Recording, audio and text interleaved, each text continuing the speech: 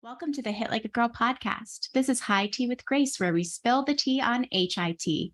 I'm honored to welcome Dr. Geri Landman. She's a pediatrician and board member of Moonshots for Unicorns. She's also on a rare disease journey to find a cure for her child. We're very excited to learn from you today, Dr. Geri. Thank you so much for joining us. Thank you so much for having me, Grace. I'm so excited to be here. So tell me about your personal journey that led to the formation of Moonshots for Unicorns. Yeah. So we have two older girls and love being parents. And so decided to become a parent to a third baby who was born last May, Lucy. We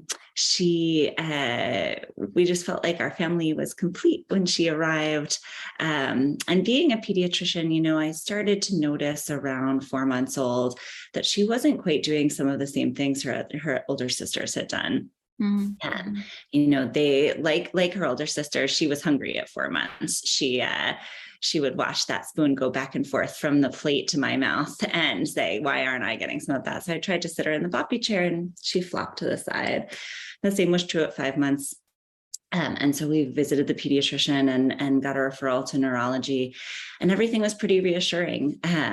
The neurologist evaluation said this is probably benign hypotonia, benign, low muscle tone. And she started some physical therapy and she was improving like crazy. She learned to sit independently. She was playing with toys. And then we went on a family trip to Panama when she was about 8.5 months old. And she just sort of got a virus, either a stomach bug or something, and seemed to kind of fall off a cliff with it, whereas previously she could sit up for 15 minutes. She was falling immediately to the side. She stopped making good eye contact, which was really scary. She stopped eating solid food, just straight up refusing it. And so we came home and had a series of, messages and ER visits. And finally, I emailed her neurologist and said, something seems very wrong. And she said, I hear you. I sent her a few videos and they were very concerned. And they said, come on in for an expedited admission to Stanford. And so Lucy was admitted for 2 nights and she had the whole big workup. She had an MRI of her brain. She had an EEG to look for seizures. She had a spinal tap ×2, actually, and a nerve conduction study. And all of that was reassuring as well. And so we've had these moments along this journey where we've been like, okay, out of the woods, things are okay. And she started getting better as she kind of got further out from this little virus that she got. We were so lucky in that the neurologist who was on that week that we were in the hospital happens to also be a neurogeneticist. Oh, wow. Let's be thorough and send off some broad genetic testing. And so she sent off from Lucy the next week with just a little, swab at home. By then, Lucy was back to her baseline. We weren't expecting to find anything at all. Sent off some genetic testing. And on April 18th, she sent me a text message and said, Lucy's genetic testing is back and I'm really concerned.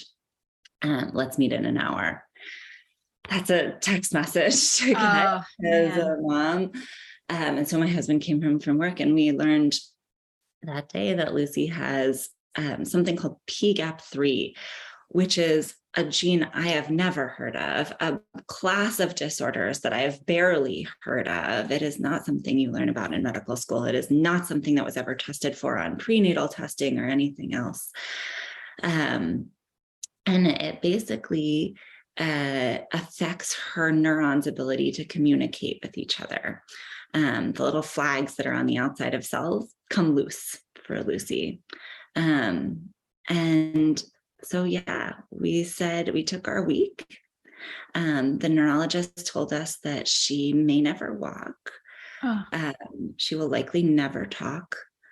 She will have severe intellectual disability. And she is likely to develop what's called refractory seizures, so seizures that are really hard to treat. And we just broke down, we couldn't believe that Lucy was there with us at the time of the meeting.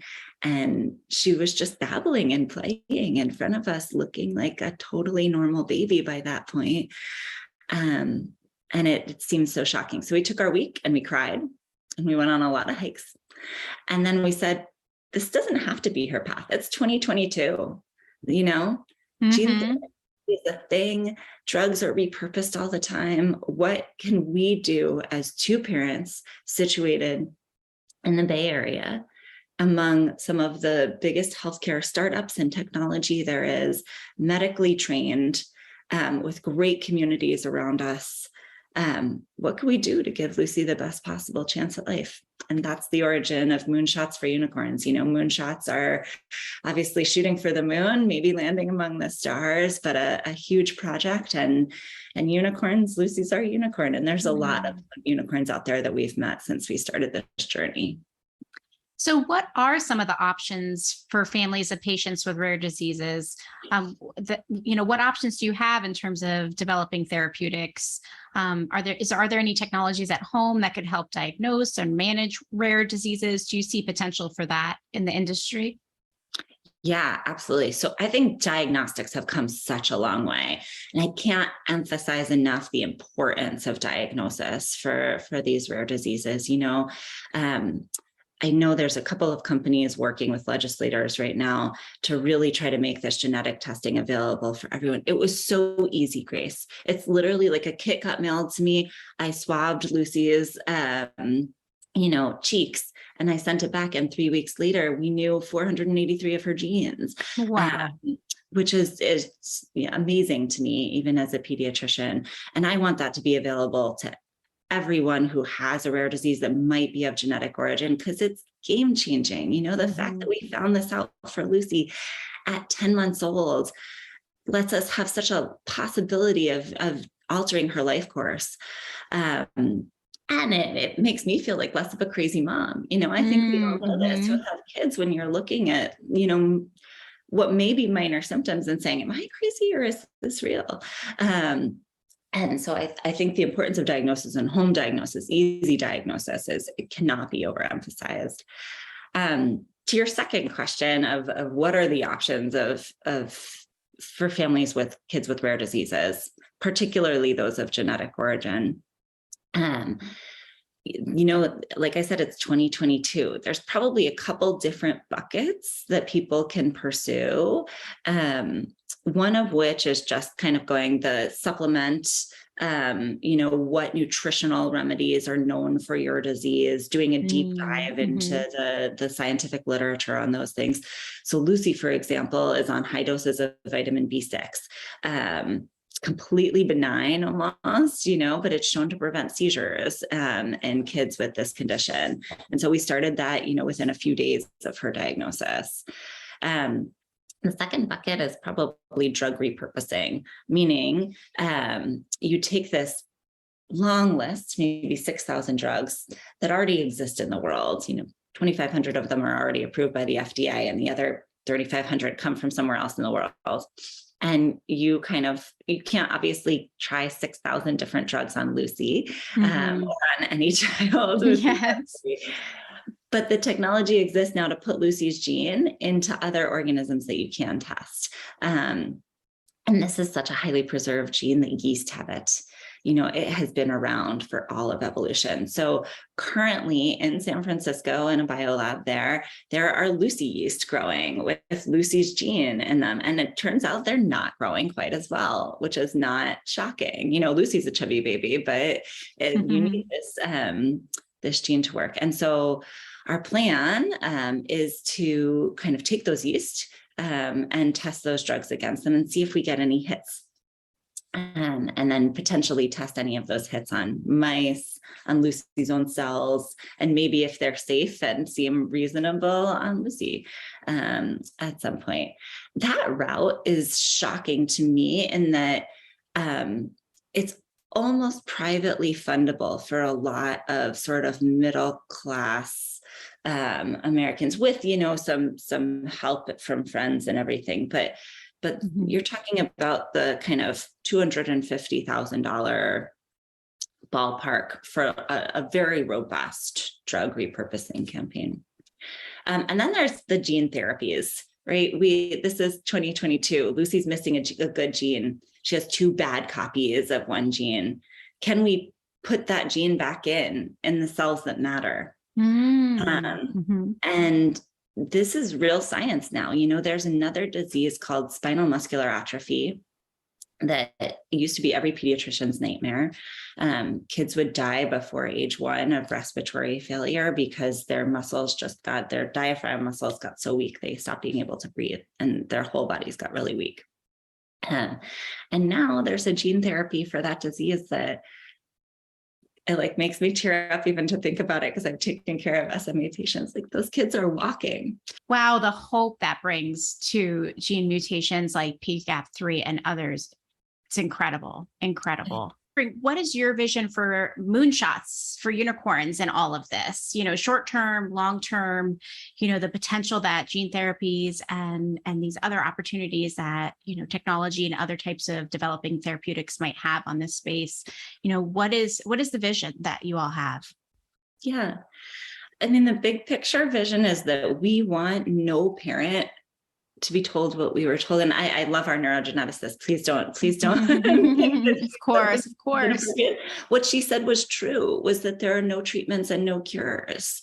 And that is true in 2022, but it doesn't have to be true. And I want no parent who gets a rare genetic diagnosis to go to bed thinking that night that there are no options for their child. I want people to know that the science exists and it's real, and it's not that there aren't logistical barriers along the way, financial, scientific, it's not a plug and play system yet. Each gene therapy probably costs between $3 and $5 million to develop.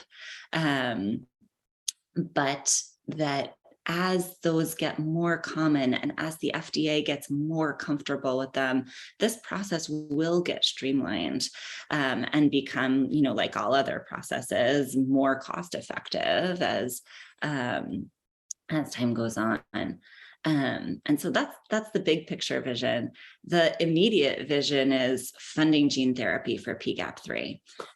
So we've found a researcher at Nationwide Children's in Ohio who is willing to take Lucy's case on. She's amazing. She has a poster on her wall that says, "Patience is such a waste of time."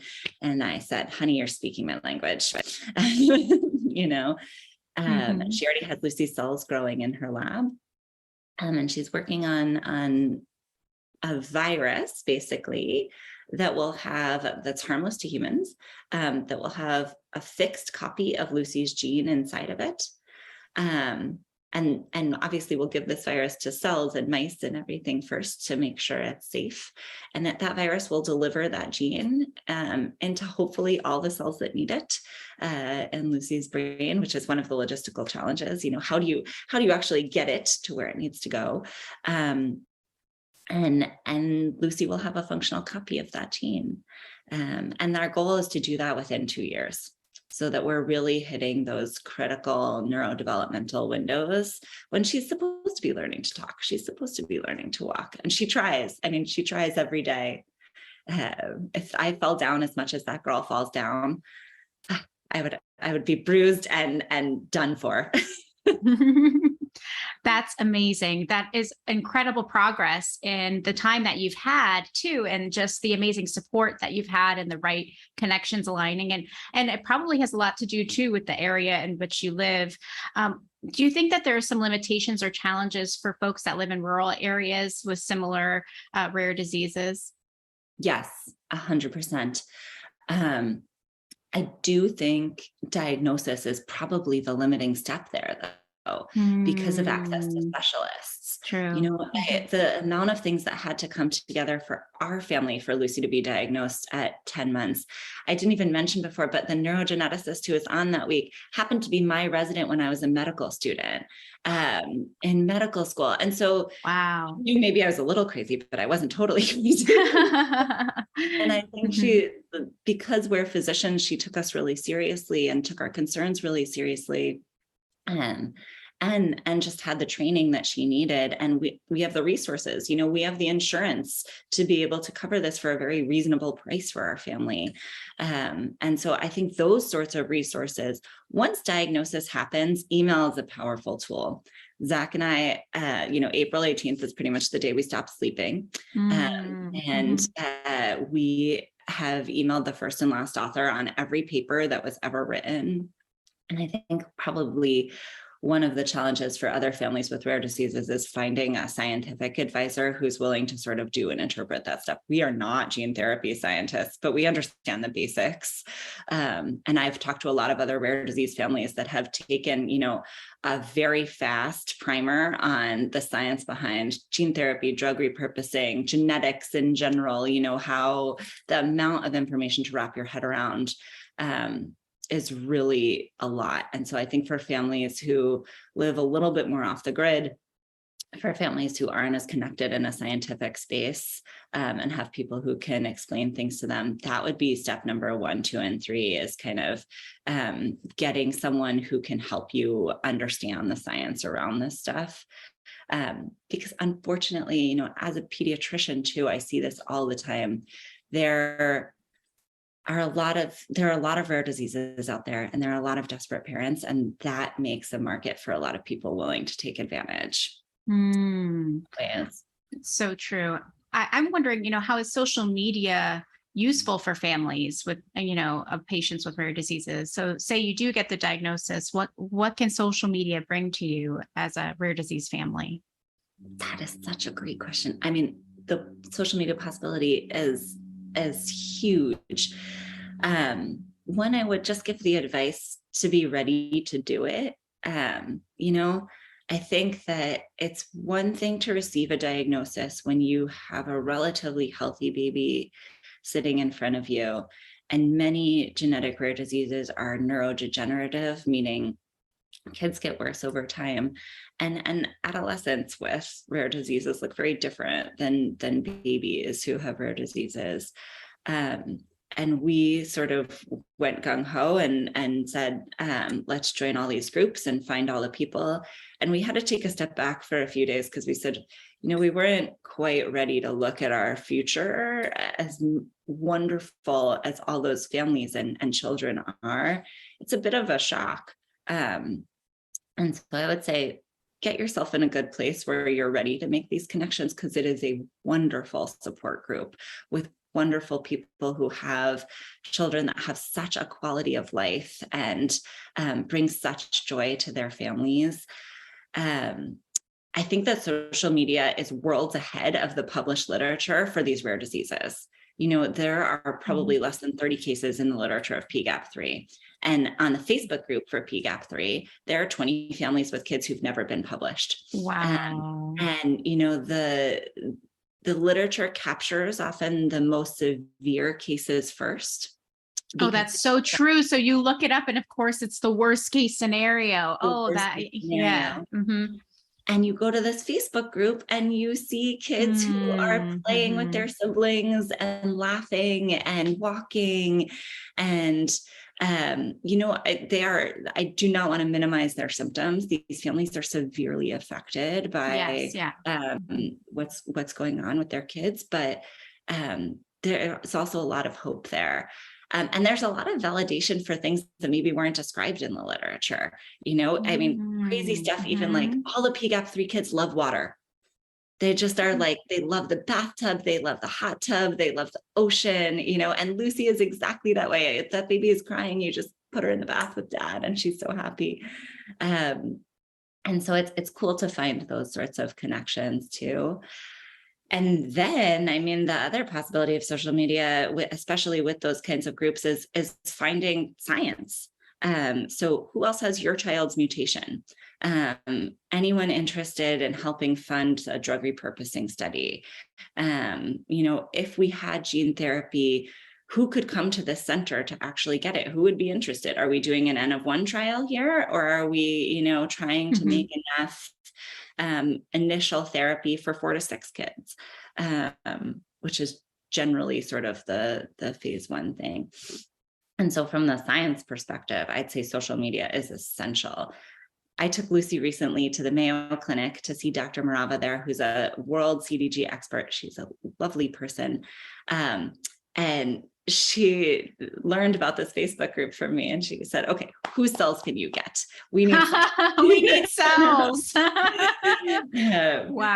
Wow. I can't get any of them. I can refer them to you.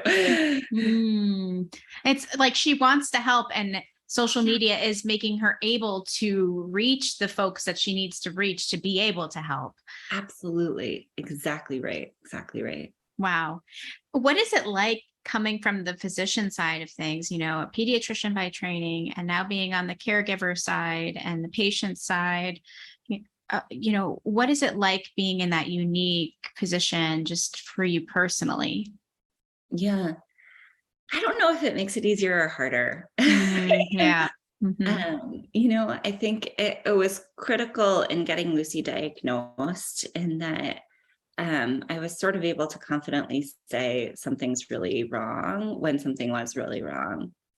But I think I had a lot of, personal battle with, I haven't had postpartum anxiety or depression in other pregnancies, but I was really questioning myself whether, my concerns were based in Lucy pathology or based in my own pathology. And so I think being able to recognize that was helpful, but it also made me question myself a lot too. And I think a lot of moms of rare disease patients have been told that they have postpartum anxiety or postpartum depression or just an anxious mom. I am so lucky in my life that no one in, my sphere sort of was saying that. Although I felt it a little bit sometimes. You questioned it yourself, but the people who you were speaking with understood that there was something here that needed to be worked out, and not being questioned helped you actually get answers quicker rather than waiting years on years and trying to get help for yourself first and never getting the help she needed. Absolutely. Yes. Listen to moms. My favorite pediatrics mentor of all time, Tim Kelly, used to say, listen even more. And I think that is so key. And then, it allows me to sort of separate myself sometimes in a scientific way and focus on the science. It definitely allows me to treat Lucy's, other symptoms. So like her brain works a little bit slower because her cells don't communicate well, so does her gut. And you understand that because, being a pediatrician, you really understand these types of foods I need to feed her to make sure that, if we're going on a long car ride, we want to make sure this is the type of meal she eats first, that type of thing. And, before she was diagnosed, she had terrible reflux and constipation, and I didn't want to over medicalize her. I was like, she's just a normal baby, give her some prunes, give her some more water. And now I know that there's a reason for her gut to move so slowly. So I'm like, okay, let's throw the Miralax at it. And she's so much happier and more comfortable. It's so empowering to see. She's made so much progress since her tummy doesn't hurt. Oh, that's great. And, I think the downside of that is that there are moments that you flip into momhood and it's almost a shock. Right? You really think about just like, she'll probably never say mama. She's not gonna talk unless we get her some treatment. And you see her struggle. I went for a walk with my husband on the beach shortly before she was diagnosed, actually, when she was still really struggling with a lot of things. And I saw this bird flying and I said, it just looks so easy. Why does Lucy have to struggle so much? And so I think that the moments that you kind of have to be on the mom side, and they don't always come with warning, are the ones that really hit home. And I'm grateful to have the pediatrician side to sort of flip to and use my brain as a way to sort of productively engage with her disease in that way, while still, sitting in the reality of being a mom with a child with rare disease. Truly, that's a lot to hold. And whether you're a physician or not a physician, and truly, being that physician helps you keep moving forward, even in the times when you personally feel like it's too hard to. It's really challenging. What are some things that you do as a caregiver to amazing Lucy, and as a physician, as a busy mom, as a board member of Moonshots for Unicorns, what do you do in your personal life to work your best and make a difference, to take care of you? Yeah. I have to work on self-care since April 18th, I have to say. Self-care is just normal care. I think when it's just all of this busyness and a lot moving and honestly, I had taken a year while my husband was doing some training to step back from some clinical work. And I was just doing sort of urgent care for a bit. But I'm going back to an almost full-time clinical job at the end of August. And I'm so excited about that, because taking care of other kids is so therapeutic. I became a pediatrician because I love watching kids grow up. I love supporting families.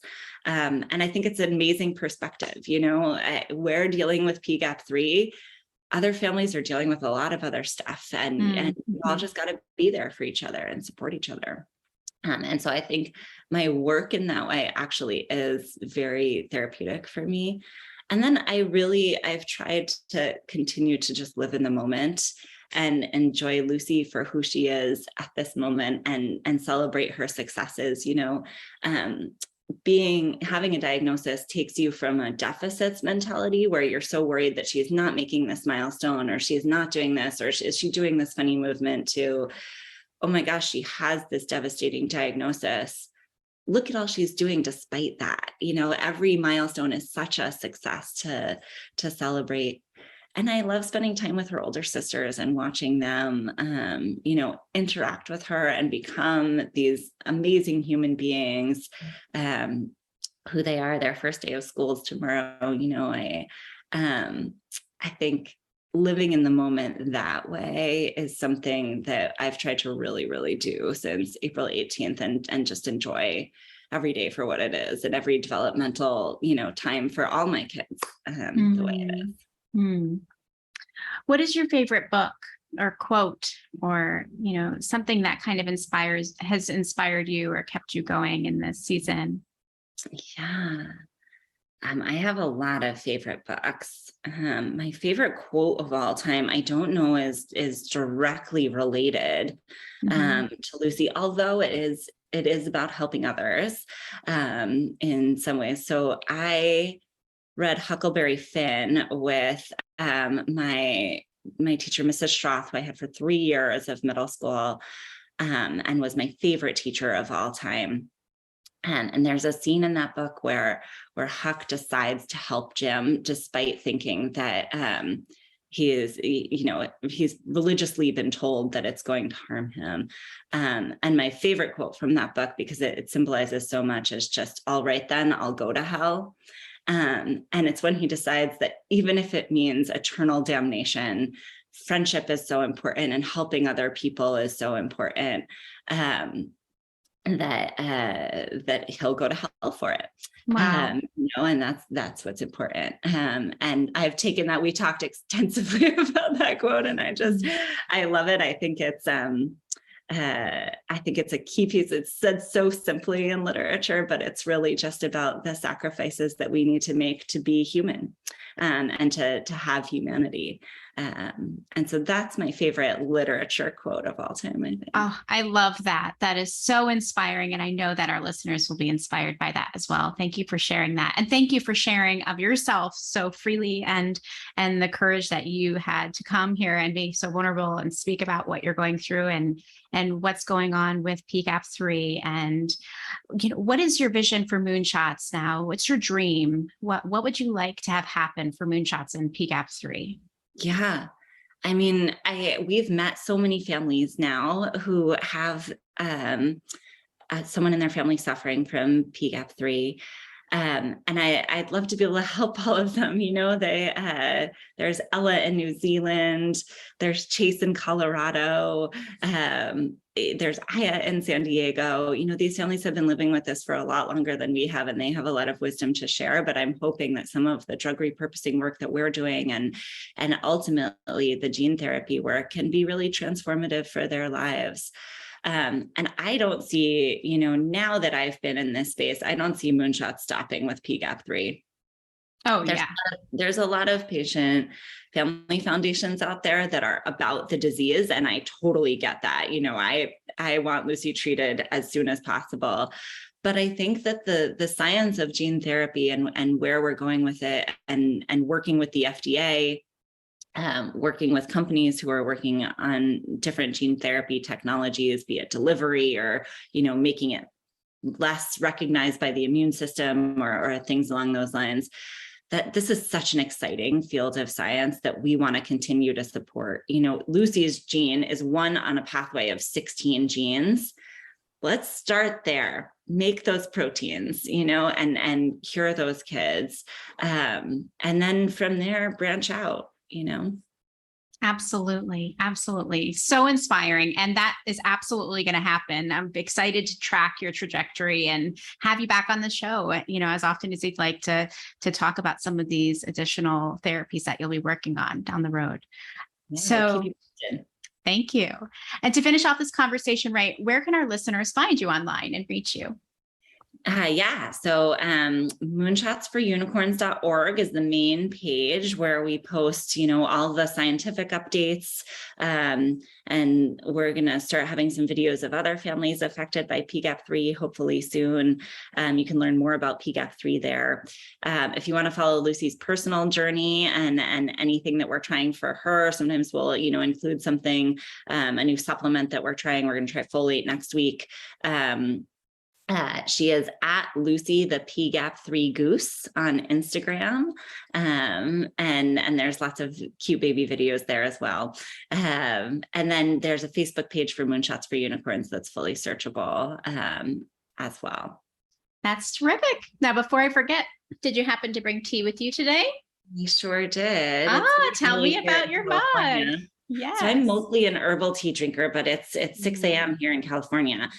So I had to drink some green tea this morning with a little bit of caffeine. So a little caffeine, a little antioxidants, and a little pomegranate with it for a little sweetness. I think sounds like a great way to start a day.